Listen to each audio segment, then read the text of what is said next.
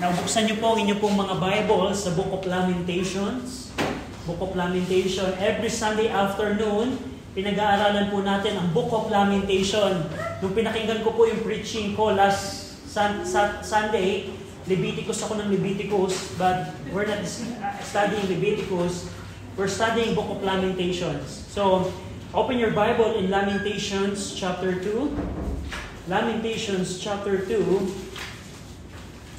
Now, babasahin ko po yung verse 1 and then we're going to pray. Lamentations chapter 2.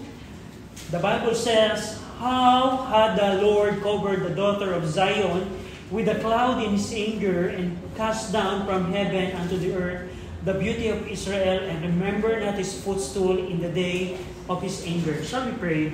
Ama naming Diyos na makapangyarihan sa lahat, I pray, Ama, na tulungan niyo kami sa hapong pong ito na matutunan, Panginoon, ang Book of Lamentation. Alam namin, Ama, ang Book of Lamentation, hindi po ito po ignore ng maraming simbahan in our time. But we're praying, Ama, na tulungan niyo kami sa mga oras nito na properly ma-understand ng inyong pong salita. Alam namin ang every part ng Scripture ay mahalaga. That's why we're asking, Ama, na tulungan niyo kami na maunawaan po ito in order for us na magkaroon ng tamang application sa aming pong mga buhay. We're praying na tulungan niyo kami through the Holy Spirit. In Jesus' name we pray. Amen. Now, pinag-aaralan natin po ang Book of Lamentation and then naalala natin in chapter 1. Of course, alam natin po, ang Book of Lamentation po, ito po isang poet, meaning ito po ay poem. Ito po ay nahati sa 5 stanza na poetry. Alam natin, chapter 1, 2, and 3, and 4, and 5. Lahat, 4 of those 5 chapter, sinulat po ito ni Jeremiah in acrostic format. Sa alphabet po ng Hebrew, ang bawat verse ay naka-equivalent po sa letters of the Hebrew alphabet. At in chapter 1, in the first stanza, or in the first chapter, dito nakita natin kung paano si Jeremiah ay nagsasalita patungkol sa Jerusalem katulad ng isang babaeng namatayan ng asawa or widow. At dito sa chapter 1, nakita din natin that Jeremiah speaks as an unclean woman. And so throughout this stanza, makikita niyo po in chapter 1, ginagamit po ni Jeremiah ang pronoun na she, referring to Jerusalem. Now dito po, dinescribe din ni Jeremiah sa chapter 1, dun sa yung huling bahagi po ng Jeremiah, ng Lamentations chapter 1, and explain dito ni Jeremiah yung punishment na natanggap ng Jerusalem mula sa Panginoon in order na i-highlight na ang Diyos, si Jehovah God, ay righteous and just God. Nakita natin po yan last week. Now, ngayon, in this second stanza, itong second stanza na pag-aaralan natin, itong stanza na ito, the second chapter or stanza, ito ay naglalaman ng bago o masigit ng kalungkutan at panagoy regarding sa pagbagsak ng Jerusalem at hindi lamang Jerusalem, pagbagsak ng buong southern kingdom of Judah. Alam natin po na ang Jerusalem po, ito po yung capital ng southern kingdom. At alam natin yung northern kingdom of Israel, yung 10 tribes, bumagsak na po sila ng time ng Assyria. Dito, hinhighlight ni Jeremiah in the second stanza na hindi lamang yung Jerusalem yung bumagsak, kundi yung buong southern kingdom of Israel. At dito din makikita natin in the first stanza, in the first chapter, the oppressed, the helpless, and the comfortless condition of Jerusalem is the main feature. Sa chapter 1, sa first stanza, hinighlight ni Jeremiah yung kalalagayan ng Jerusalem na sila ay walang tulong, walang comfort, sila ay wasak. Yun ang highlight ng first stanza, yung helpless, comfortless, and oppressed condition ng Jerusalem. On the other hand, in the second stanza, hindi na po ganun ang tono ni Jeremiah. Nagbago na siya ng atensyon. In chapter 1, mas nakapokus si Jeremiah sa condition ng Jerusalem. Pero in chapter 2, or in the second stanza, nakapokus si Jeremiah sa judgment na ibinigay ng Diyos sa kanila sa pamamagitan ng galit ng Diyos laban sa Jerusalem and Judah. So Jerusalem and Judah. That's why in the second stanza, 8 times lumabas yung word na anger, wrath, and fury. The words anger, wrath, and fury appear 8 times in the second stanza upang i-highlight na kaya nila nararanasan ito is dahil sa galit ng Diyos. Remember, naalala niyo po ba yung across yung outline natin? Yung Kiyasam, chapter 1, the fall of Jerusalem, the devastation or the desolation of Jerusalem, chapter 1. Chapter 2, the anger of the Lord. Chapter 3, the mercy, compassion, and faithfulness of the Lord. Chapter 4, the anger of the Lord. And chapter 5, yung panalangin nila, the remnant's prayer. At nandito ngayon tayo. Naka-highlight ngayon si Jeremiah sa judgment ng Panginoon dahil sa galit niya.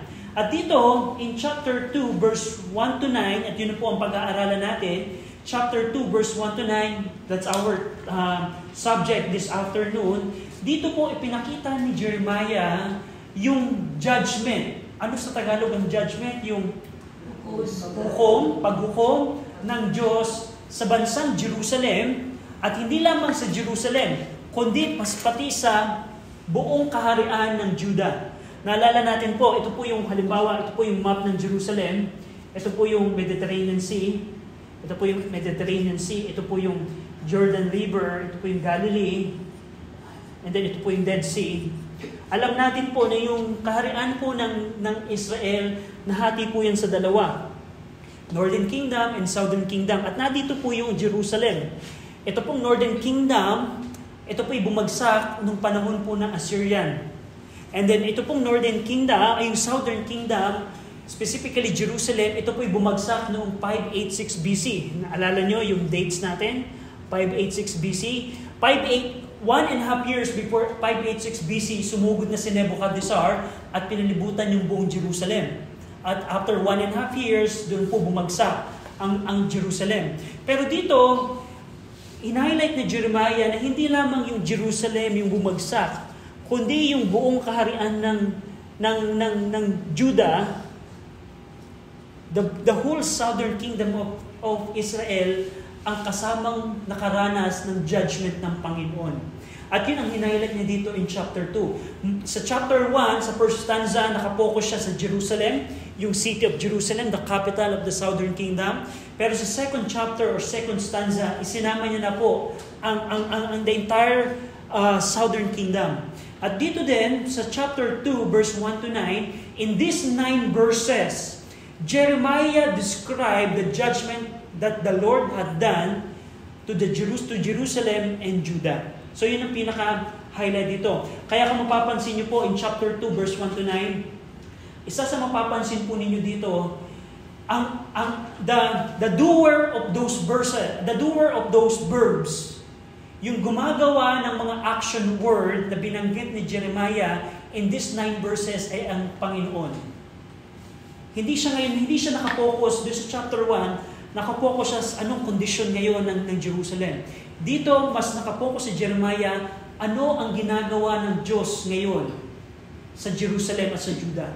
So, yan po ang pag-aaralan natin this afternoon. Now, in verse 1, in verse 1, how had the Lord covered the daughter of Zion with a cloud in His anger, and cast down from heaven unto the earth the beauty of Israel, and remember not His footstool in the day of His anger. Now dito po, the Lord had covered the daughter of Zion with a cloud in His anger. Yung pong covering with a cloud in His anger, it describes how He destroyed the temple, the entire Jerusalem, its wall, and southern kingdom of Israel.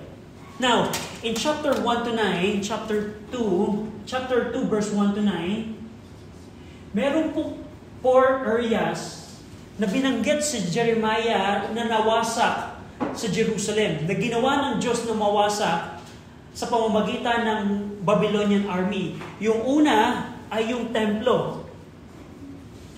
Kung kayo po ay aware, sa Old Testament, alam natin na during the time of Solomon, the third king of the kingdom of Israel, nagtayo po si Solomon ng napakaganda at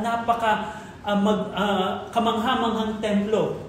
At yun po ang winasak ng Babylonia na i-describe dito ni Jeremiah. Pangalawa po is the entire Jerusalem. Pag sinabi ko pong entire Jerusalem, kasama po dito yung bawat tahanan. Kasama po dito yung lahat ng lugar sa loob ng Jerusalem. Naalala natin dun sa in the introduction, lahat po ng tahanan sa Jerusalem ay sinigurado ng commander ni Nebuchadnezzar na masunog. Nakapokus po siya sa, makikita po natin yan dito sa chapter 2 verse 1 to 9. Pangatlo po is yung pong walls or protection ng buong syudad ay winasak din ni Nebuchadnezzar. In order na ma-make sure na hindi na muling makakabangon ang Jerusalem mula sa pagkawasa, pati yung mga pader ay winasak ni Nebuchadnezzar. Naalala natin nung time ni Nehemiah, naalala niyo si Nehemiah, one of the burden ni Nehemiah, yung Jerusalem ay walang wall. At alam natin kung paano si Nehemiah ay ginamit ng Diyos upang ma-rebuild yung wall. At nung panahon ng Nebuchadnezzar time, isa po yan sa winasak ng Babylonia. At dito, sa part na ito, hinighlight ni Jeremiah na yung wall at yung protection ng Jerusalem ay wasak din. And lastly, the fourth area na hinighlight dito ni Jeremiah is yung buong southern kingdom of Israel. Judah. So, itong apat na areas na ito, dito pinakita ni Jeremiah na ang Diyos ang sumira sa apat na area na ito dahil sa galit niya. Yung verse 1 na binanggit dito ni Jeremiah, the Lord covered the daughter of Zion, referring to Jerusalem, with a cloud in His anger, yung ulap ng kanyang galit. Nagpapakita po ito o nagdi-describe ito kung paano ang desolation or devastation na naranasan ng apat na areas na ito. Na lahat ng iyon ay manifestation ng galit ng Diyos. Makikita din natin dito in verse 1, sabi doon, the Lord cast down from heaven unto the earth the beauty of Israel. Yung beauty of Israel po doon na tinutukoy, the beauty of Israel, it refers to the city of Jerusalem. The beauty of Israel refers to Jerusalem. Ito po yung nagpapakita or signifies the destruction of Jerusalem, that it would be laid in ashes. Yung expression na the Lord cast down from heaven unto the earth the beauty of Israel, na yung Jerusalem ay parang yung kanilang pagkabagsak ay parang silang bumagsak mula sa kalangitan. Iyon ay pagpapakita kung paano ang buong syudad ng Jerusalem ay naabot sa destruction ng Diyos. Pangatlo, sa verse 1, sinabi din dito ni Jeremiah, the Lord remember not His footstool in the day of His anger. Sa lahat ng galit ng Diyos, hindi man lamang inisip ng Diyos o hindi man lang siya nagbigay ng atensyon or He didn't pay any regards to His footstool. Brother RJ, ano yung footstool dito na tinutukoy? Yung tapakan. Now, as we compare scripture by scripture, go over in 1 Chronicles 28 verse 2, we can say perhaps na yung footstool na tinutukoy dito ay yung Ark of the Covenant. In 1 Chronicles 28:2,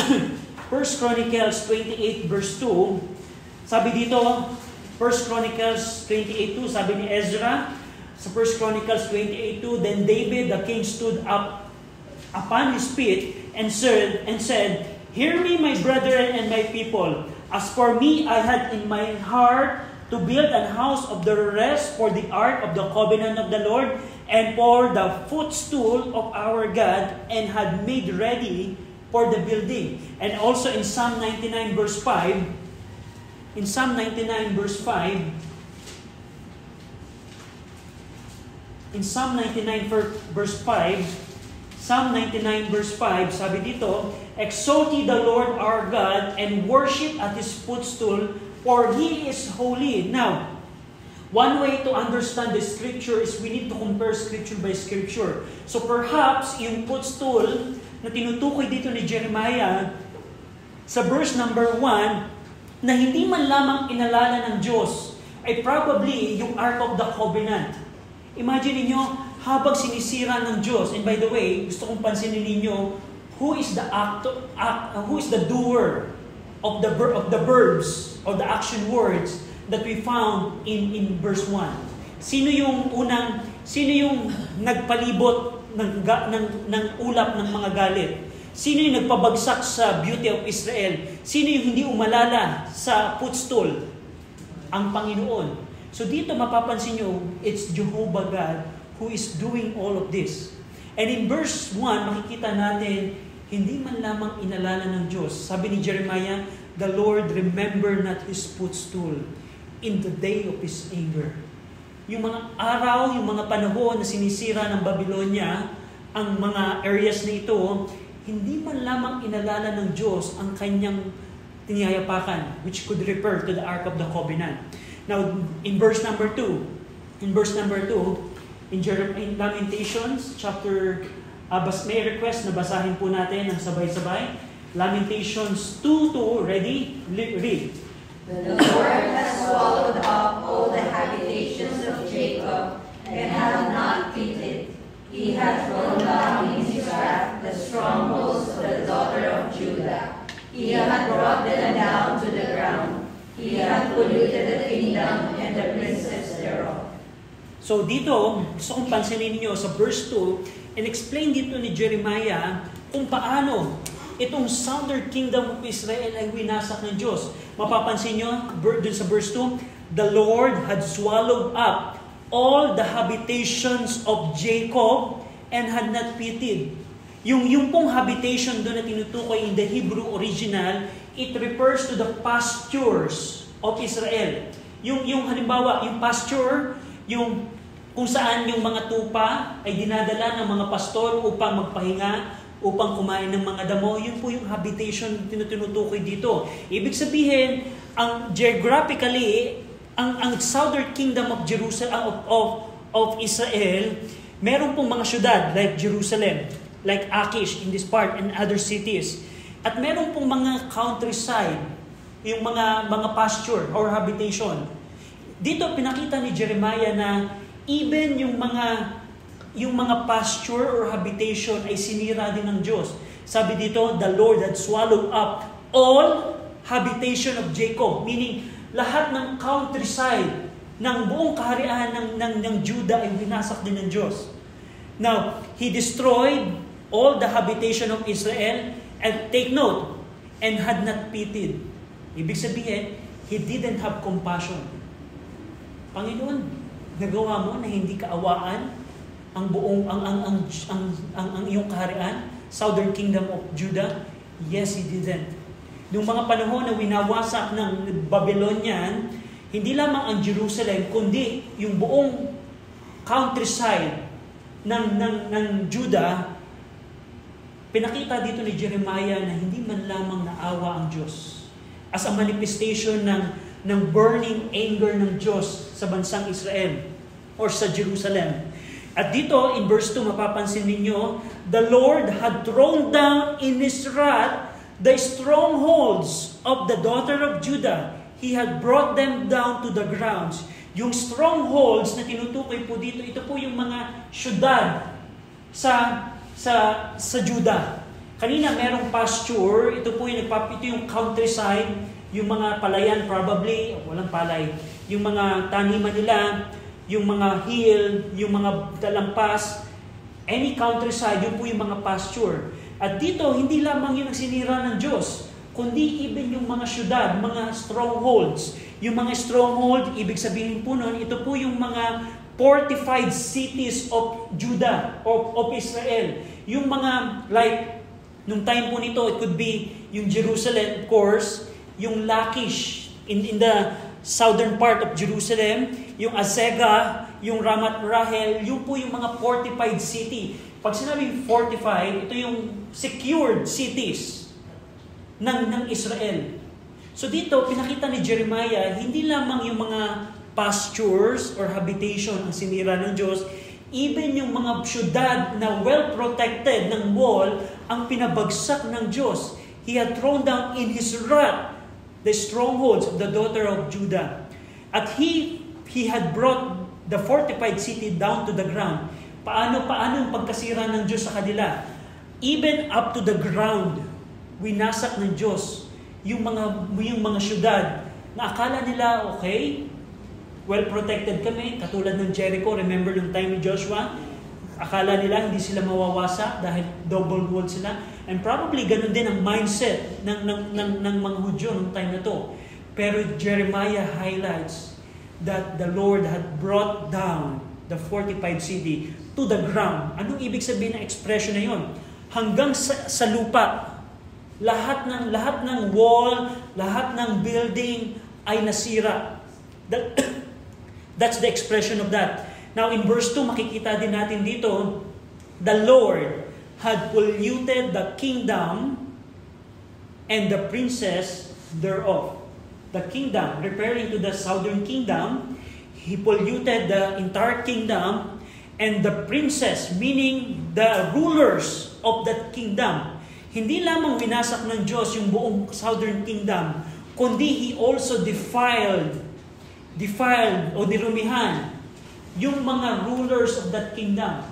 Ibig sabihin, alam natin kung sino yung mga hari, sila yung mga itinataas sa syudad.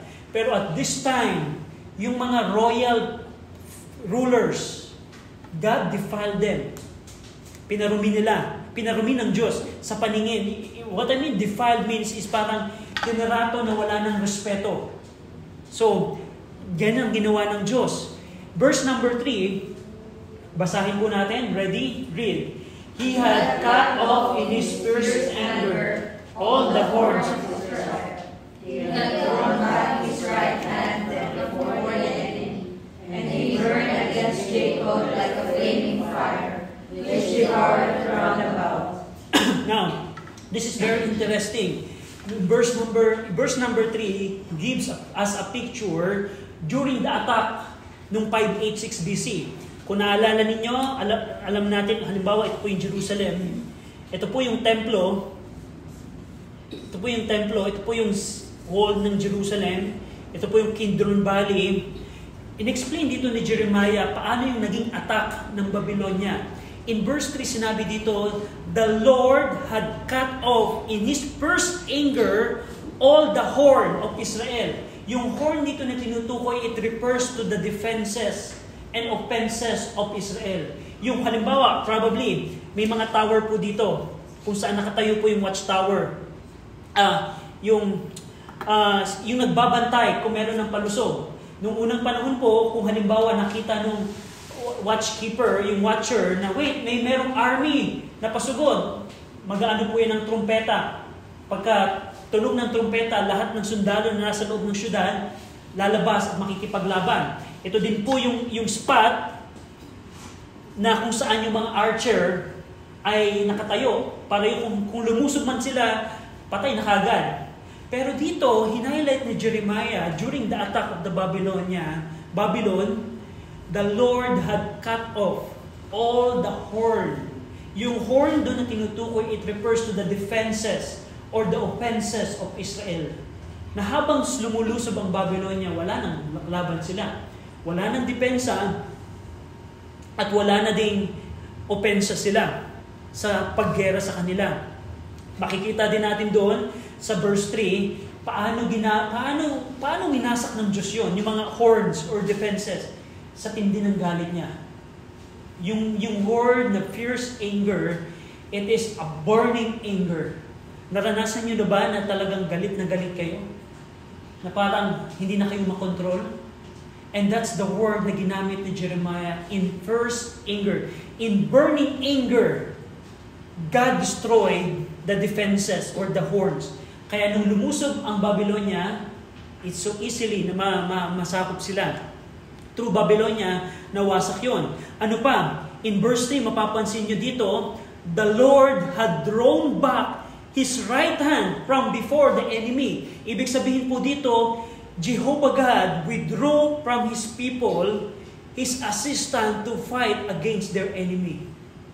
Ang Panginoon na laging kapiling ng Jerusalem, ng mga Hudyo, at ang kamay ng Diyos ang laging katulong nila, on that day, the Lord withdrew from His people his assistants. Na dapat nung araw na ito, habang sila nilulusob ng Babylonia, during the time ng kanilang captivity, wala na doon ang kamay ng Diyos. The Lord withdraw back His right hand from before the enemy. In verse 3 as well, mapapansin nyo dito, the Lord burned against Jacob like a flaming fire which devoured round about. Ito po yung nagpapakita ng total devastation of Israel, resulting in destroying all the defenses and offenses of the war of Israel and withdrawing His help from Israel. So dito, in verse 1 to 3, in verse 2, nakita natin yung pagkawasak ng Southern Kingdom.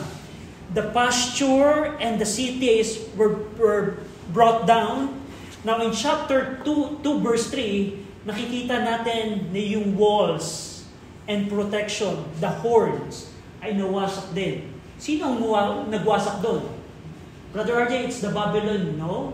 Behind the scene, pinapakita ni Jeremiah na ang Diyos ang kumikilos noon. Na ginamit ng Diyos ang Babylonian army, sina Nebuchadnezzar, upang ipakita ang judgment ng Diyos sa bansang Israel sa tindi ng kanyang galit. In verse 4, basahin po natin ang verse 4 ng sabay-sabay. Ready? Read. He hath bent his bow like an enemy. He stood with his right hand as an adversary, and slew all that were pleasant to the eye in the tabernacle of the daughter of Zion. He poured out his fury like fire. Now dito, in verse 4, the Lord had bent his bow like an enemy. He not merely delivered up his people to the enemy, leaving them defenseless and helpless. Hindi lamang winasak ng Diyos yung horns ng Israel upang wala silang maging laban. Yes, pag tinignan natin, talagang masisira, babagsak ng Jerusalem kasi wala na silang offenses and defenses. Pero dito, hinighlight ni Jeremiah na hindi lamang ganun. Mismo ang Diyos also came forward Himself to fight against them as an enemy. Pansinin nyo, the Lord had bent His bow like an enemy. Sino ang kalaban dito ng Diyos? Sino yung target ng Diyos ng kanyang bow and arrow? Ang Jerusalem. Hindi lamang iniwang wasak ng Diyos upang hindi sila makalaban ang Jerusalem against Babylonia. Even the Lord Himself fought as an enemy against His own people. In verse 4 as well, yung pong hindi lamang the Lord bent His bow like a warrior, showing Himself about His claim, upang ipakita na siya mismo ang kaaway ng Jerusalem. Noong mga panahong ito, ipinakita dito ni Jeremiah na hindi ang Babylonia ang primary nilang kaaway, kundi dito pinakita ni Jeremiah ang Panginoong Diyos nila ang kanilang kaaway. In verse 4, sabi dito, the Lord stood with His right hand as an adversary. This is the view of expressing more precisely the hostile attitude of God, since the right hand of God is the other times represented as an instrument of help. Dito, yung expression na the Lord stood with His right hand as an adversary, ito yung nagpapakita ng precise, hostile attitude of God ng paglaban ng Diyos sa Jerusalem. Na dati, sila ay tinutulungan ng Diyos throughout the times na sila ay sumusunod sa Diyos. Pero nung dumating na yung judgment ng Panginoon, yung kamay na dapat tumutulong sa kanila, ayun ang mismong kaaway nila. In verse 4, makikita din natin dito, the Lord slew all that were pleasant to the eye in the tabernacle of the daughter of Zion. Ibig sabihin po nito, He destroyed everything precious in men's sight. Imagine niyo, isa kayo sa warrior ng Babylonia. Very eager kayo dahil sa wakas, lulusod na kami sa Jerusalem. At ang ginawa ng Babylonian army, sabi dito ni Jeremiah, lahat ng precious, ibig sabihin doon ng precious, lahat ng pleasant or precious sa paningin ng soldier, ay kanilang winasak o pinaslang. Even the temple. Yes, Brother RJ, ang Babylonia ang nagwasak noon, pero dito hinighlight ni Jeremiah, no, it's the Lord who destroyed everything precious in men's sight. In verse 4 as well, the Lord poured out His fury like fire. Ito ay expression ng total devastation ng Israel dahilan sa galit ng Diyos. So dito, in verse number 4, ano ang subject ngayon? Kanina, in verse 2, nakita natin Southern Kingdom of Israel, ang target ng Diyos. In verse 3, yung walls and protection ng syudad. In verse 4, nagpapatungkol ito sa even the temple and even the entire Jerusalem. Lahat ng kaaya-aya na pwedeng sirain ay ginawang winasak ng Panginoon. In verse 5, basahin po natin ng sabay-sabay, verse 5. Ready? Read. The Lord was an enemy. He has swallowed up Israel. He has swallowed up all her palaces. He has destroyed his strongholds and hath increased in the daughter of Judah mourning and lamentation. So inulit dito again ni Jeremiah na ang Diyos ay ang parang kaaway ng Jerusalem. The Lord was an enemy. He became an enemy against Jerusalem. Dito din makikita natin, the Lord had swallowed up Israel.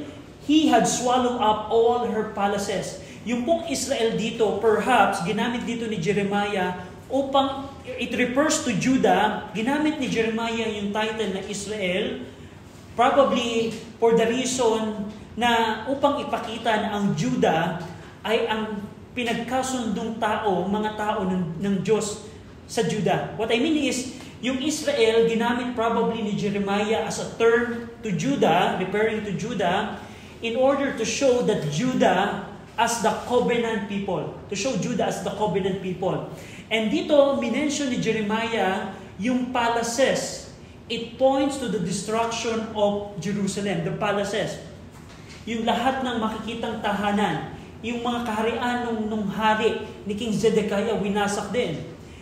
In verse 5 as well, the Lord had destroyed His strongholds. Yung strongholds na tinutukoy dito, it indicates the destruction of strong cities in the country like Lachish. And in verse 5 as well, the Lord had increased in the daughter of Judah mourning and lamentation. Pinataas, dinagdagan ng Diyos yung kanilang panaghoy. So makikita natin in verse 5, entire Jerusalem ang highlight. The entire Jerusalem. In verse number 6, ready? Read. And he had violently taken away his tabernacle, as if it were out of order. He has destroyed his places of the assembly. The Lord has caused the solemn feast and Sabbath to be forgotten in Zion, and hath despised the dignity of his standard, the king and the priest. So dito in verse 6, naka-highlight naman ang destruction sa templo. Sa templo.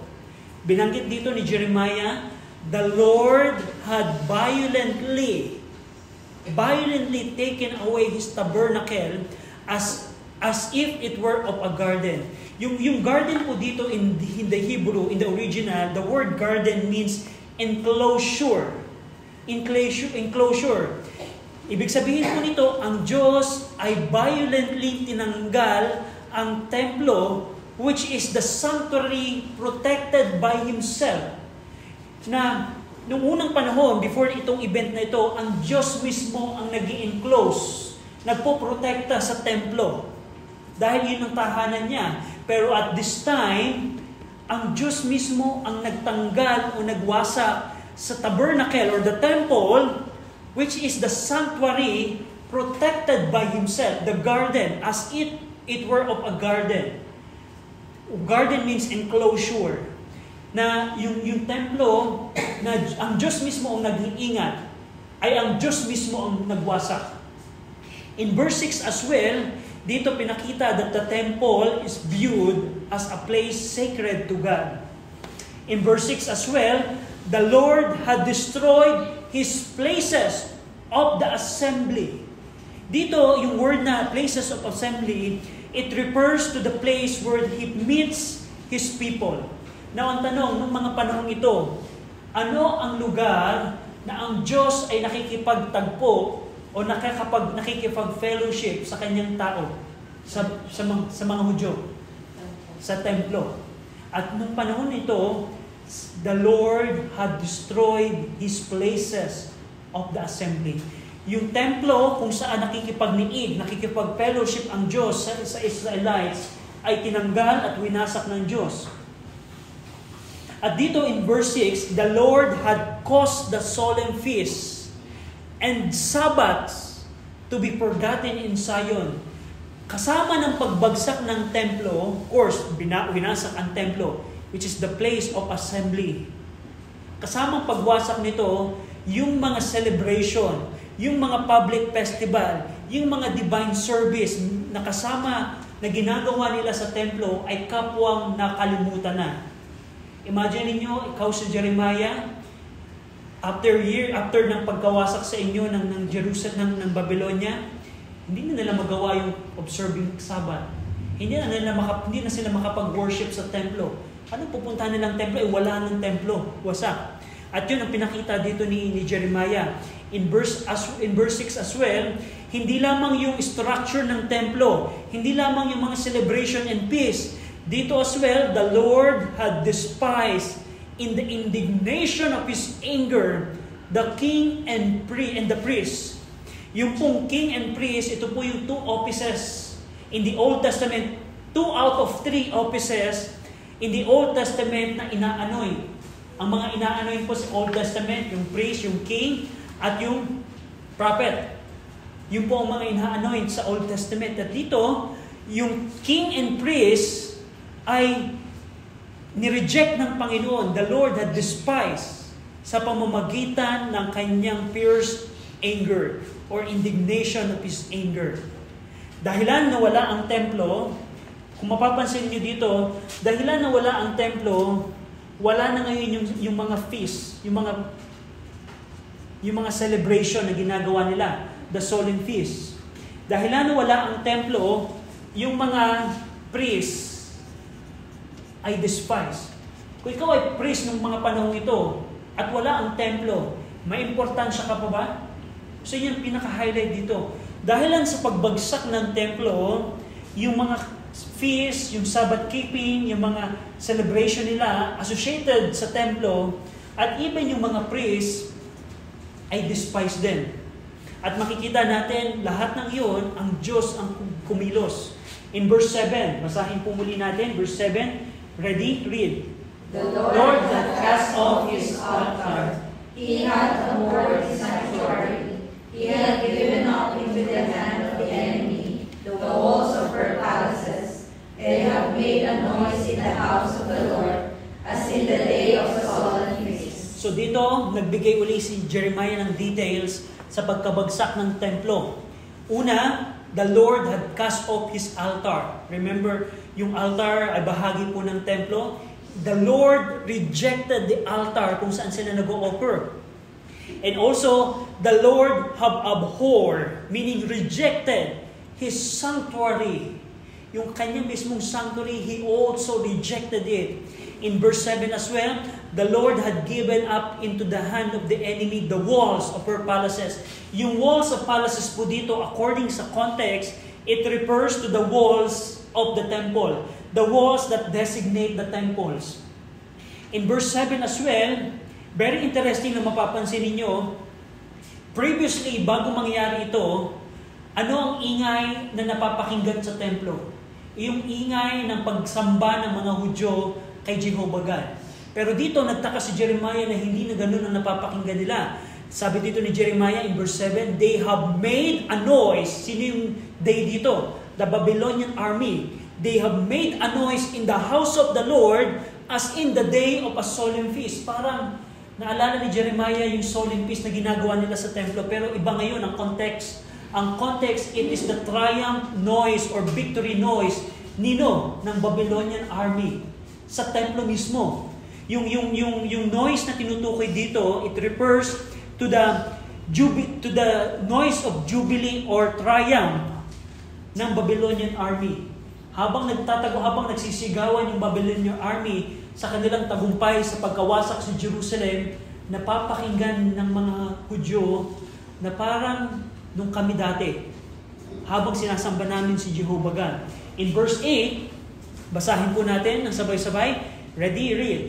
The Lord hath purposed to destroy the wall of the daughter of Zion. He has stretched out a line. He hath not withdrawn his hand from destroying. Therefore he made the rampart and the wall to lament. Still languish together. So nakita natin verse 6 and 7, nakasentro sa temple, yung mga feasts, yung mga priests, lahat yan ang subject ng destruction. Now dito sa verse 7, ito naman, verse number 8 rather, ito yung nagpapakita ng destruction ng bumalik si Jeremiah sa walls and protection. Binigyan ng details dito ni Jeremiah kung paano ang Diyos ay winasak yung wall of the daughter of Zion, the wall of Jerusalem are destroyed. And dito in verse 8 as well, the Lord had stretched out a line. He had not withdrawn His hand from destroying. Yung measuring line na tinutukoy dito, parang ganito po ito. Gumamit si Jeremiah ng example na parang, kung ikaw halimbawa ay engineer or architect na magtatayo ng bagong bahay, ano ang una mong gagawin para malaman yung mga sukat? Probably maggagawa ka muna ng linya sa lupa. O hanggang dito yung pinto, hanggang dito yung wall, na dito yung pundasyon. The measuring line in order to build a structure. Pero dito, reverse na ginamit ni Jeremiah yung measuring line. Yung measuring line na ginagamit in order to build something, ang ginamit ni Jeremiah na measuring line, not to build something, but to destroy something. Ano yung dinestroy dito ng Diyos? The Lord had stretched out a line. He had not withdrawn His hand from destroying the walls of Jerusalem. Dito, ang Diyos ay naggawa He carried out the destruction with the same precision as that of the builder in the finishing his work. Makikita nyo din dito na expression dito ni Jeremiah na sabi niya, He had not withdrawn His hand from destroying. Ibig sabihin, nagpapakita ito na binigyan ng Diyos ng detalye ang pagkawasak ng wall of Jerusalem. It shows the extent to which the destruction was carried out. In verse 8 as well, therefore, sa makatuwid, the Lord made the rampart and the wall to lament. They languished together. Ibig sabihin po dito, yung rampart na tinutukoy po dito, ito po yung low wall with ditch surrounding the fortress outside the city. Yung mga wall po nung unang panahon, iba-iba po yung structure, and one of that is rampart. Yung rampart po, ito po yung mababang wall, hindi masyadong mataas na wall, pero meron siyang hukay na nag-surround the fortress outside the city wall. So kung halimbawa ito yung fortress, na dito yung mga archer, na dito yung mga warrior, top view, meron po ditong rampart na tinutukoy. Yun ang tinutukoy dito ni Jeremiah na even the rampart and the wall were destroyed. He made both of them to mourn. It shows the destruction of the structure that protects the city. In verse 9, lastly, basahin po natin. Ready? Read. Her gates are sunk into the ground. He hath destroyed and broken her bars. Her king and her princes are among the Gentiles. The law is no more. Her prophets also find illumination from the Lord. So yung unang bahagi po ng verse 9, nakapokus din pa rin siya sa walls and protection. So, hindi lamang yung rampart at yung wall ang nasira, which was mentioned in verse 8, in verse 9, her gates are sunk into the ground. The Lord had destroyed and broken her bars. Sa mga pintuan po ng bawat syudad, may mga gates and bar na structure siya sa mga opening ng bawat fortified city. At even those things ay winasak din ng Diyos. At dito, the king and princess are among the Gentiles. Ibig sabihin po nun, yung mga hari nila, yung mga rulers nila, ay naging captive ng Babylonia, pabalik ng Babylonia. The kings and princes are carried in exile. And dito, very sadly in verse 9, nung mga panahong ito, sabi ni Jeremiah, the law is no more. Her prophets also find no vision from the Lord. That's the sad thing. Wala na yung batas, wala na yung Pentateuch, wala na yung observant nila ng batas. And even they don't find any vision anymore from the Lord. Nagpapakita po ito na wala na pong prophetic revelation from the Lord nung mga panahon ito. Just think about that, na kayo yung bansa ng Diyos, pero hindi na kayo kinakausap ng Diyos. So, that's their situation.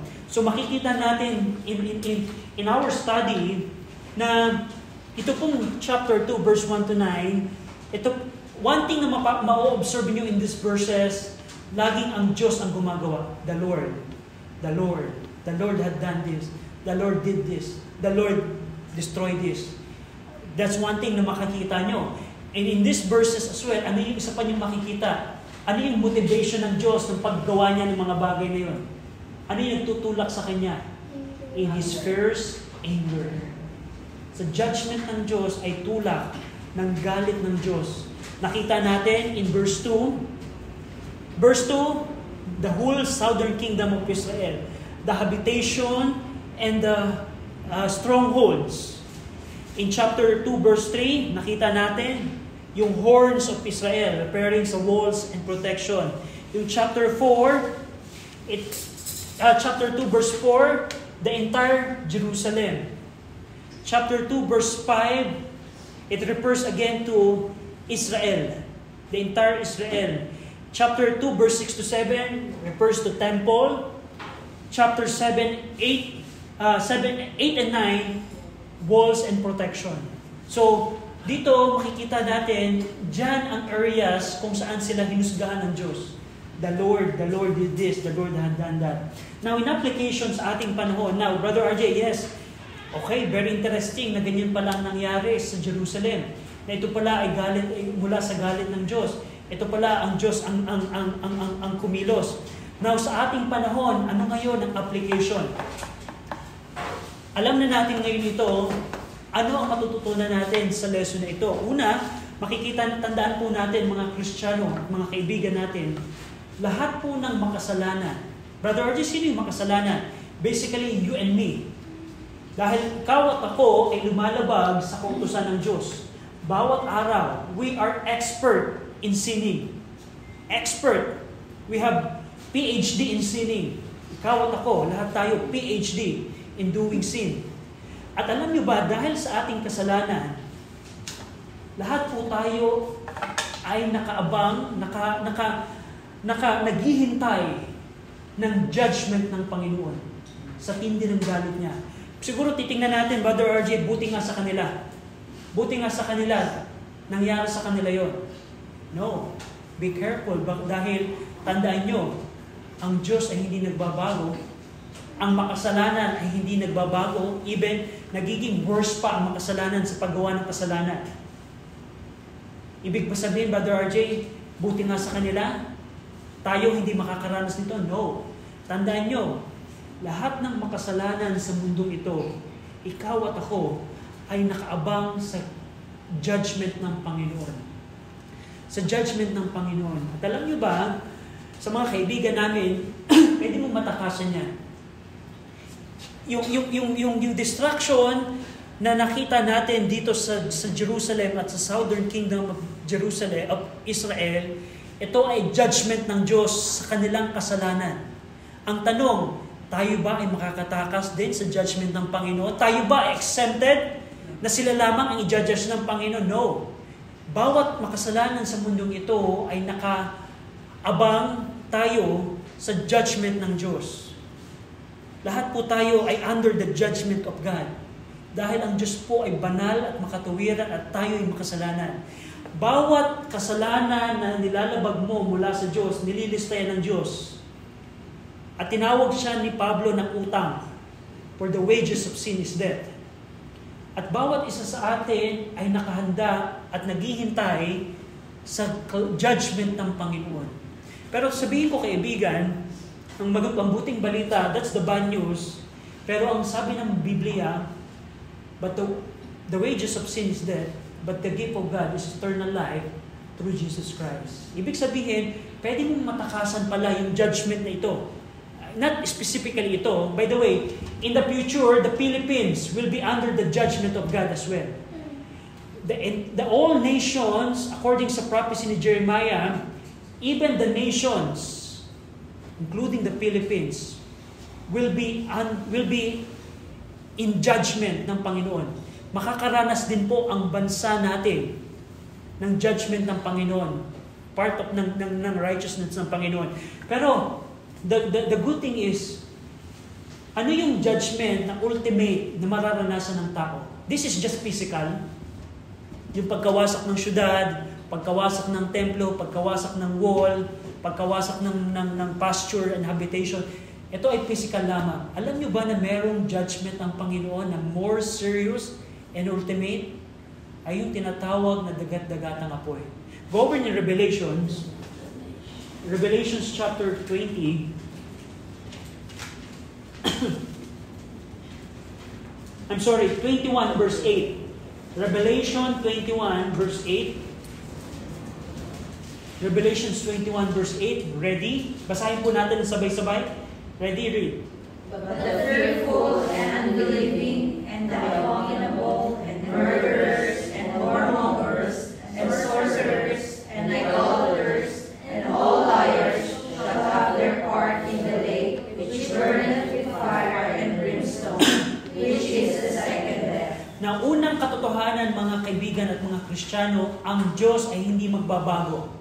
Hindi nagbabago ang Diyos. Kung ang Diyos ay ganito ang pagtrato sa kasalanan, guess what? Hanggang sa ngayon, siya'y nakaupo sa trono niya at hindi nagbabago ang pagtrato niya sa kasalanan. Tayo ba ay special sa ating panahon na hindi natin ito mararanasan? No. Ang ultimate na judgment na mararanasan ng tao mula sa Diyos sa kanyang tindi ng galit, katulad ng galit niya na ipinaranas sa Israel, sa Jerusalem, ay yung pagtapo ng kaluluwa ng tao, ng tao sa isang lugar na tinatawag na dagat-dagatang apoy. Itong napag-aralan natin, ito ay pisikal lamang. Pero ang pinaka-nakakalungkot na mararanasan ng tao ay yung judgment ng Panginoon sa dagat-dagatang apoy. Alam niyo kung anong pinaka-worst doon? Pagkatapos mo mag-spend ng 1,000 year, halimbawa ng 100 taon sa Lake of Fire, meron ka pang panibagong 100 years na i-spend. At pagkatapos ng 100 years, another 100 years. At pagkatapos ng 100 years, guess what? Another 100 years. And that is for all eternity. I-ginajudge ka ng Panginoon for all eternity in the indignation of His anger. Katulad na ito. Pero ang mabuting balita, kaibigan, pwede mo itong matakasan. Brother Archie, paano ko makakatakas sa judgment na ito? Ang sabi po ng Biblia, kung ikaw ay magsisisi sa iyong mga kasalanan. Ang problema dito sa Jerusalem at sa Southern Kingdom of Israel, sa bansang Israel, hindi sila nagsisi. At the same requirement ang hinihingi ng Diyos sa ating panahon. Kung ang tao ay magsisisi sa kanyang kasalanan, ay hindi niya mararanasan ito. Ano, Brother RJ, yung pagsisisi? Ito yung pagtalikod sa kasalanan natin. Dati, wala kang pakundangang gumawa ng kasalanan. Yung pagsisisi ay yung pagtalikod sa kasalanan na yun. Yung dati, kinakalaban mo ang Diyos na ang Diyos ay merong kagustuhan pero ayaw mong sundin ang Diyos. Bawat araw, ikaw ang Diyos ng iyong buhay. Ang pagsisisi ay pag-acknowledge mo kay Jesus Christ, hindi na ako ang Diyos ng aking buhay. Si Jesus Christ na ang Diyos ng aking buhay. Ang repentance din ay yung pagkakaroon ng pagtalikod sa mga maling paniniwala, sa maling relihiyon, at paglapit sa Diyos. That is repentance. Kung gagawin lamang ng tao yon, makakatakas siya dito. And pangalawang requirement upang matakasan ang judgment ng Panginoon, ultimately sa Lake of Fire, ay yung pananampalataya kay Jesus Christ. Na siyang namatay, umibing at nabuhay na muli para sa iyong kasalanan. Now, kung titingnan natin ito, yung nangyari, actually, Next week, makikita niyo po yung worst condition ng Jerusalem. Sabi ni Jeremiah, yung mga nanay na napakaawain na nanay, nakuha nilang pakuluan yung kanilang sariling anak because of their situation. Imagine niyo yung mga nanay. Of course, ang mga nanay, meron silang natural compassion and care sa mga bata. Pero sinabi ni Jeremiah, yung mga nanay na mahal ang kanilang mga anak, in this situation, pinakuluan, boiled yung pagkakaluto ng kanilang mga anak. What a worse condition. Pero ang pinaka-message na makikita natin dito, alam nyo ba, nakita natin, napaka-worse. It's so worse ang kanilang naranasan. Pero I tell you, yung gantong klaseng judgment, merong nakaranas nito, which is the Lord Jesus Christ. Nung si Jesucristo po ay nakapako sa krus mula alas 9 ng umaga hanggang alas 3 ng hapon, alam niyo ba yung gantong klaseng judgment na sa galit ng Diyos, yun po ay lahat ay naranasan ng Panginoong Jesucristo sa krus. Bakit, Brother RJ? Dahil sabi po ng Bible, lahat po ng kasalanan ng buong sanlibutan, ikaw at ako, ibig sabihin, yung pagsisinungaling mo, yung pagnanakaw mo, yung pagsagot mo sa magulang, yung pag hindi mo pagrespeto sa Diyos, pagbaboy mo ng pangalan ng Diyos, paggamit mo ng pangalan ng Diyos sa walang kabuluhan, yung pagsisinungaling mo, at lahat ng kasalanan mo, lahat ng iyon ay ipinataw ng Diyos Ama sa Panginoong Jesucristo nung araw na iyon. At dahil sa kasalanan mo at kasalanan ko na nakapatong kay Jesus Christ, ipinaranas ng Diyos ang judgment niya na katulad dito, na masigit dito sa kanyang sariling bugtong na anak. Kaya nung mga oras po na nakapako ang ating Panginoong Jesucristo, Jesus Christ is under the judgment of His Father. Dahil sa kasalanan mo at kasalanan ko. Bakit, Brother RJ? Dahil sa pag-ibig ng Diyos. Ibig sabihin kaibigan, pwede mong matakasan yung ultimate judgment ng Diyos sa lake of fire kung sasampalatayaan mo na yung Panginoong Jesucristo na ang nagbayad. Siya na ngayon ang nag-judge ng Panginoon para sa aking kasalanan. At ako ay nagtitiwala na ang kasalanan ko ay pinatawad na dahil si Jesucristo ang namatay para sa ating kasalanan. Now, as we close, last verse, Luke 13:3. Probably ito yung mindset mo right now. Luke 13:3. Luke 13:3. Sabi dito ng Panginoong Jesucristo, in application ng ating pag-aralan, we're getting application. Sabi dito ni Jesus Christ, I tell you nay, but except you repent, ye shall all likewise perish. Probably ang mindset mo ngayon, kaibigan, or Kristiyano, ang mindset mo ngayon, buti nga sa Southern Kingdom of Israel, buti nga sa mga Hudyong ito, buti nga kina Jeremiah. Pero sabi ni Jesus Christ, as an application, we're drawing an application here, I tell you, nay, except you repent, you shall likewise perish. Now, sa mga kaibigan namin, kung hindi ka magre-repent, you shall likewise perish. Sa mga Kristiyano na ligtas na, of course, hindi mawawala ang kaligtasan sa iyo, pero kung ikaw, Kristiyano, ay magpapatuloy sa kasalanan, I tell you nay, except you repent, you shall likewise perish. Ang repentance po ay hindi lamang pang-unsaved. Ang repentance po ay para din sa Kristiyano. Kung tayo ay merong kasalanan na ayaw nating bitawan sa Diyos, I tell you nay, except you repent, you shall likewise perish. Kailangan nating dumating sa punto na talikuran ng kasalanan upang tayo patuloy na makapaglingkod sa Diyos. Hindi nawawala ang kaligtasan. Ay, tulad ng nabanggit ko, if you're saved, you're always saved.